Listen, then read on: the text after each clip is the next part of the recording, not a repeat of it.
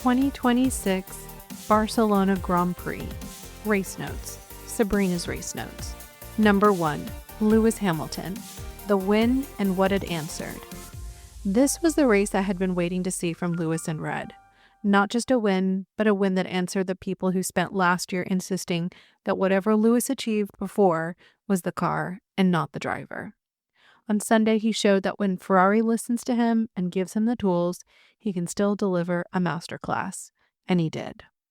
What I kept coming back to is how much of this was strategy and seasoning rather than raw luck. Starting on the soft was not the crazy call some made it out to be. As Peter Windsor put it in his post-race analysis, a hot Barcelona rewards short stints, and a 3-stop that opens on softs is a different animal than one that saves them for the end. The soft let Lewis get off the line cleanly, which matters this year when the Mercedes have struggled for launch, and even if he had not led into turn 1, it bought him room to read the race and extend. From my seat, that strategy looked like it came straight out of Lewis's own bank of experience at this circuit. I hope that means his new race engineer, Fred Vasseur, and the rest of Ferrari are leaning on what Lewis knows. For his sake and theirs, I hope they are pulling all in the same direction. And given the health issue Fred Vasseur was quietly carrying around Monaco, I imagine a result like this feels validating for him as much as for Lewis. The decision to bring Lewis in on lap 28 was a good one. It pressed Mercedes to decide whether to cover, and I think Russell wanted to. After that stop, Lewis had to carve back past Oscar and others, and he did it like a man who was confident in the car under him. On the VSC for Alonso, yes, it helped him. It dropped his final stop to a cheap one and handed him track position with the tire advantage. But I do not buy that it handed him the win. He was already on that trajectory. The VSC was the chef's kiss on an excellent all-around drive, not the reason for it. Russell himself said Lewis could have come through regardless, and the pace backs that up. This was not a win given to Lewis in the slightest. 2 smaller things I want on the record. Lando Norris said afterward that Lewis had taken a sledgehammer to the doubts about him, and I agree.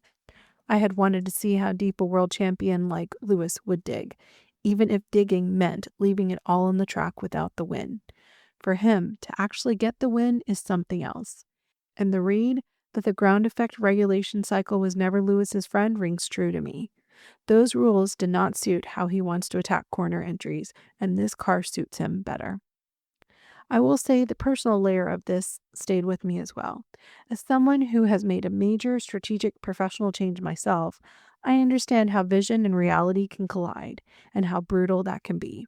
Watching Lewis at Barcelona reminded me that you dig deep and look past the people questioning what you know in your bones about yourself. Some will stand beside you and cheer. Some will stand beside you and trip you up, whether they mean to or not. Some will shout from a distance, hoping you fail, and some will quietly hope you make it, but never say so. In the end, it is you and the voice inside you, trusting your own instincts and your own past, deciding to see it through. On Sunday, Lewis at minimum met the goal of winning in Ferrari red. Whether he can go on to win a record 8th championship in that red, maybe, just maybe. And if he does, I will be glad to watch it. Number 2, Mercedes, letting them race and the Achilles heel. Mercedes let their drivers race, and I think that was the right call, at least here.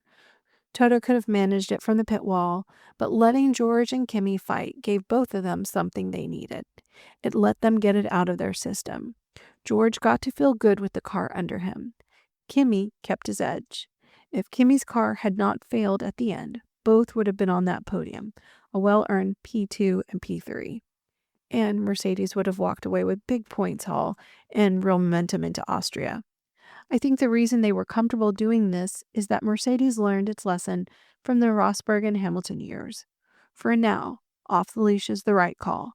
If team orders eventually come into play to secure a title, that will be understandable and even expected.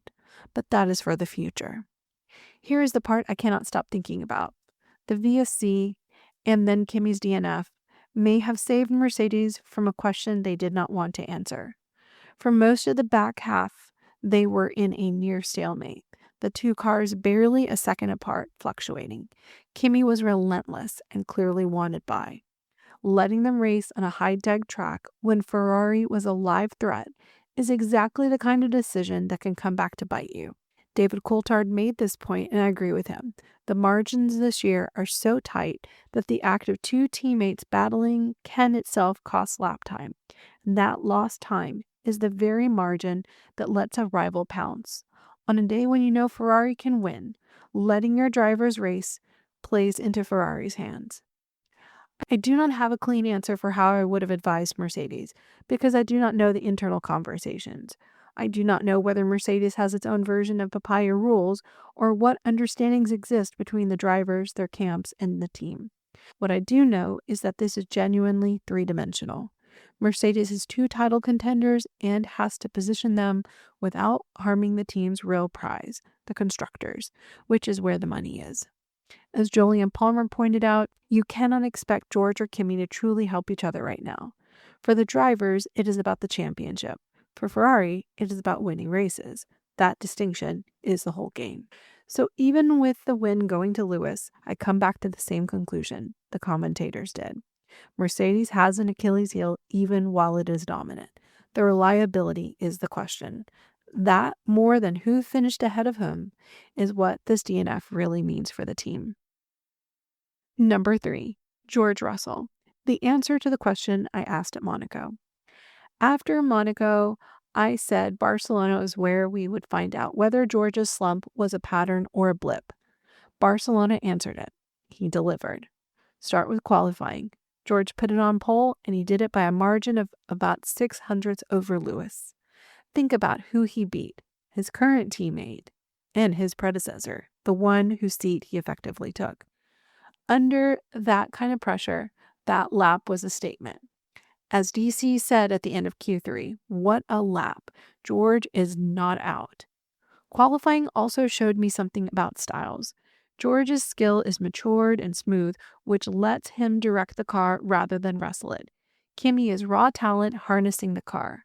I described it to myself as a gentleman polishing and pushing the car versus a powerhouse taming it. This track, in these conditions, on these tires, rewarded the smooth approach, the ability to guide the car rather than react to it. That played to George. In the race, what I loved was the defensive driving. Lap after lap, Kimi closed to within overtake range, pushing the very edge of track limits, and George held him off cleanly. It was seasoned, disciplined defense. It also, I will be honest, helped Lewis, because every lap George spent defending was a lap Lewis spent closing on fresh tires. I'm not complaining. I loved watching it. I want to push back on the narrative forming around George. There is a piece going around saying he is running out of excuses, and that kind of line is part of why I'm losing confidence in some of today's journalism. George is a highly respected driver in the paddock. To say he is out of excuses is armchair quarterbacking. The fact that he and Kimi are this competitive with each other shows George's skill and earns him respect. There is a related version of this narrative hinting that George could become the next Bottas, the de facto support act to a favored teammate. If that is what one writer was alluding to, with a line about the fun stopping for Wolff and Company, I would want to talk it through with the guys before I signed on to it, because I'm not sure that is where this is headed. Here's where I land. For many within the F1 social media world seem to have decided it does not like George, and so it is not rooting for him. For whatever reason, he gets painted as haughty. Strip the drama away, and what you see is a driver with real talent and skill, carrying himself as a professional through things outside his control. He is not the villain or the fool in the story. As for Kimi, no question he is talented, and the narrative around him has become genuinely touching, which makes him easy to root for. It is easy for the public to turn this into a rivalry and an either-or situation. I can cheer for both and hope the best driver wins, without pretending either one is not good enough to share that garage. Ralf Schumacher was wrong about Lewis, and I suspect he may be wrong about George too. My hope is that George does what Lewis did and uses the doubters as fuel, and that it makes Kimi better in turn. Let it be a great battle between two excellent Mercedes drivers. Number 4. Kimi Antonelli, relentless, measured, and then heartbreak. Kimi was extraordinary again, right up until his car gave out. What struck me, and what Peter Windsor articulated better than I could, is that his relentlessness was not reckless. It was beautifully balanced and measured. With a craft, Windsor compared to Alain Prost, and with later moves he likened to Nigel Mansell. I would not naturally connect those two names, but once Windsor explained it, I could see the sheer willpower of harnessing the car that Mansell was known for. That was Kimi on Sunday. He spent the race on a knife's edge with track limits. Bono was on the radio constantly reminding him, and on every corner you held your breath wondering if that would be the one that drew the 5-second penalty. By the closing laps, he had closed right up to George, and I do wonder whether the level of relentlessness taxed the car more than we realized. Here is a hard truth I noted for myself at the time, and it is not really shocking. Even if Kimi had stayed out front, he was likely heading for a track limits penalty anyway. So the result we ended up with, Lewis, George, Lando, may well have been the result regardless. That does not make the DNF any less heartbreaking for him. From everything we have seen, we expect nothing less than brilliance for Kimi. This was brilliance the car could not finish. Number 5. Charles Leclerc. Quiet pace, then power steering. Charles ran as an early race leader and chose to extend his first stint, trying to manage the tires into a strong position for the second stint. The data from Lewis's side of the garage told a different story, that fresher tires were worth nearly 2 seconds, and that is the kind of fine-grained communication between driver and team that has to lock into place quickly and consistently to win these races. Charles's battle with George later on was a genuinely tight, clean overtake that showed the racecraft of both men and again the value of grip. George won it, I think, simply because he had better grip at that moment. That little fight helped Lewis and reinforced the need for Charles to change tires, which Ferrari executed without a fumble, to their credit. Ferrari's perfect scoring record this season was already gone after an earlier DNF, and this was another weekend where Lewis simply did better than Charles. That raises a question I am genuinely curious about. If Charles starts following Lewis's direction on a car a bit more, do we see him climb back up there, and does this become a 4-driver fight at the front in a few races? I don't know yet, but I am watching for it. Number 6. Ferrari's power deficit. The vulnerability behind the win. For all of the joy of the win, I do not want to lose sight of Ferrari's lingering problem, which is the straight line. The time loss on the straights is a mix of power deficit and a draggier car, and that worries me a little. Barcelona suggested that for now, the cornering performance can offset it, even erase it on the right day, but I'm not sure that holds everywhere. This is what made Lando Norris's comment interesting. After losing to Lewis, he said Ferrari would be dominating if they had a better engine. I found that an odd thing to say out loud, and I keep turning over why he would. Whatever the motivation, it points at the same vulnerability I saw. Ferrari did deliver a real upgrade for this track, and I'm glad they did. I hope it carries into the rest of the European races because they need to leverage this window while they have it. There is a more technical thread about compression ratios and where the power unit picture really sits, and I want to put that to Dick and Joe rather than pretend I have it fully worked out. Number 7. McLaren and Lando Norris. A gap and a question I could not quite answer. I had hoped going into Barcelona that McLaren would close the gap and look like the benchmark team. This weekend suggested they still have real gaps to close. My read is that this traces back to McLaren's choice last year to stay focused on the 2025 car rather than divert as much attention towards 2026 as some competitors, Mercedes among them, did. Do I think they can close it? Yes. And I think Oscar might be the key. Lando will be a part of it, but my instinct says Oscar is hungry and he'll push himself and the team that bit harder. Lando himself played a smart, long game on Sunday. In that conversation with Will Joseph around lap 50 about whether to save tires or chase Kimi, he accepted he could not do both, and he made the right call for the race, the season, and the team. He needed to haul in points, and he did. That is a world champion thinking past the moment. I had also planned to use Barcelona to judge where McLaren's gearbox and gear ratio philosophy actually lands on a circuit with a mix of short and long straights. I will be honest, I did not glean enough to land a firm view, and I'm looking forward to comparing notes with the guys on it. Number 8, Red Bull. Max's vulnerabilities, the fresh PU question, and Hadjar's gutsy day.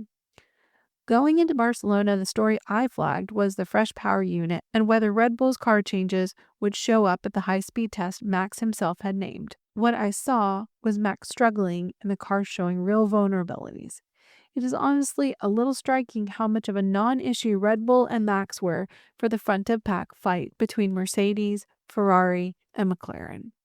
But I will be candid, I did not get enough to say cleanly whether the fresh power unit and the changes actually delivered against the Max test. I plan to dig into this, and I want to compare notes with Dick and Joe. The bright spot was Hadjar. His passes were gutsy and assertive. I did wonder whether being that aggressive early would mean harder racing for him overall, because getting ahead of the cars that were managing their tires more conservatively likely meant he would have to pit earlier than they did. I'm not disagreeing with the approach. I just found it a genuinely interesting tactical choice to watch. Number 9, Alpine, the Gasly reinstatement and Colapinto under pressure. The sporting story here is the Gasly reinstatement to the Monaco podium and the fallout. Red Bull had not yet handed the third-place trophy to Pierre as it weighed an appeal against Hadjar's lost podium, and that makes complete sense to me. If you can appeal, holding on to the trophy until there is a truly final determination is the sensible move. Why would you not? On the reinstatement itself, my instinct is that more evidence needs to be on the table to show this was the best way to handle it. Giving Pierre this change in isolation feels a bit unfair, especially with other teams unhappy, whether they were served similar penalties in the race or lost positions. I know this is controversial, but I would almost rather they had removed the race result entirely. There are too many variables tangled up in it to cleanly determine what is truly fair. I have a fuller line of reasoning on this, and I want to get into it with the guys. In the race, I noticed Franco had to give way to Pierre. In that moment, I did not think much of it, but after reading Joe's JSBM, I started to wonder if that was a point where the team recognized Franco was not delivering what they needed and wanted Pierre back ahead. I want to ask Joe about that directly. And as I'm using, not a claim, I wonder whether by that stage Franco was driving emotionally and under pressure, aware of the internal talk about Alonso possibly taking his seat. That is speculation on my part, and I would want to confirm it before treating it as more than a hunch. Number 10, Audi, Hülkenberg's freak luck and Bortoletto's lost start. Nico's retirement was about as freak as it gets. A stone kicked up from Lawson, running wide, hit the kill switch and shut the car down, costing him what looked like his first points of the season. You cannot make that up. Truly unfortunate. Nico called it unbelievable, and I do not blame him. On the other side of the garage, Gabriel Bortoletto had a poor start and never really recovered, caught in traffic for the rest of the afternoon. Not the weekend Audi wanted from either car. Number 11, Racing Bulls, Lawson's wide moment and Lindblad's education. Racing Bulls will remember Barcelona for the wrong reason, since it was Lawson running wide out of turn 12 that kicked up the gravel that ended Hülkenberg's race. That is racing. Not a knock on Lawson, but it shaped someone else's day. The part I enjoyed watching was the rookie, Arvid Lindblad, in the early laps, around laps 8 and 9, in his exchanges with Hadjar. Those scraps are where a young driver's education happens in real time, and I want to keep an eye on him. Number 12, the rest of the grid. A hard weekend for Williams, Haas, Aston Martin, and Cadillac. A few teams had afternoons they will want to put behind them. Williams said all weekend that this track did not suit their car, so Carlos Sainz had his work cut out for him despite his strong record here. Unfortunate that it was one of his home races. I could not find enough on how Albon's race actually unfolded So I want to ask the guys what they made of Williams' day overall. Haas did not bring the positives I had been hoping for, with Ollie Behrman retiring and Esteban Ocon down in P13. I've been bullish on Behrman, so this one stung a little. I want to hear what Dick and Joe think the real takeaways are for Haas. Aston Martin had a rough one. Alonso's stricken car triggered the VSC that reshaped the lead fight, and Lance Stroll did not finish either. For Cadillac, the grid's new 11th team, it was not the day they wanted. Bottas retired and Perez came home at P14. Number 13, a note on the Aduo politics and why I'm holding it for the review. The other thing I've been tracking is the political side of all this, the Aduo question and the broader fight over the engine rules, including the 60-40 power split proposal and the manufacturer pushback. I expected it to surface in the Barcelona paddock. Joe wrote about Aduo in this week's JSBM. I've read it, and I'm looking forward to getting into it properly with Joe in the race review. This is the kind of governance question I care about, and it deserves the room to do it justice. Number 14.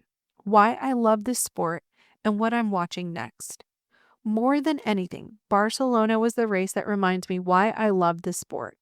It was strategic planning meeting real-world application, talent, instinct, experience, discipline, and seizing the moment, all mixed into one. Lewis read this circuit, trusted his own knowledge, and let the race come to him. Mercedes walked a tightrope between two contenders and a team prize. Ferrari spotted an opening and took it. That is the three-dimensional chess that makes this more than a race. A few things I'm carrying into the next stretch. Does Lewis's win, and Charles trying to follow his lead on the car, mean we could be looking at a four-driver fight at the front before long? And where do McLaren and Red Bull actually stand by the time we get to Austria? I do not have the answers yet. That is exactly why I will be watching.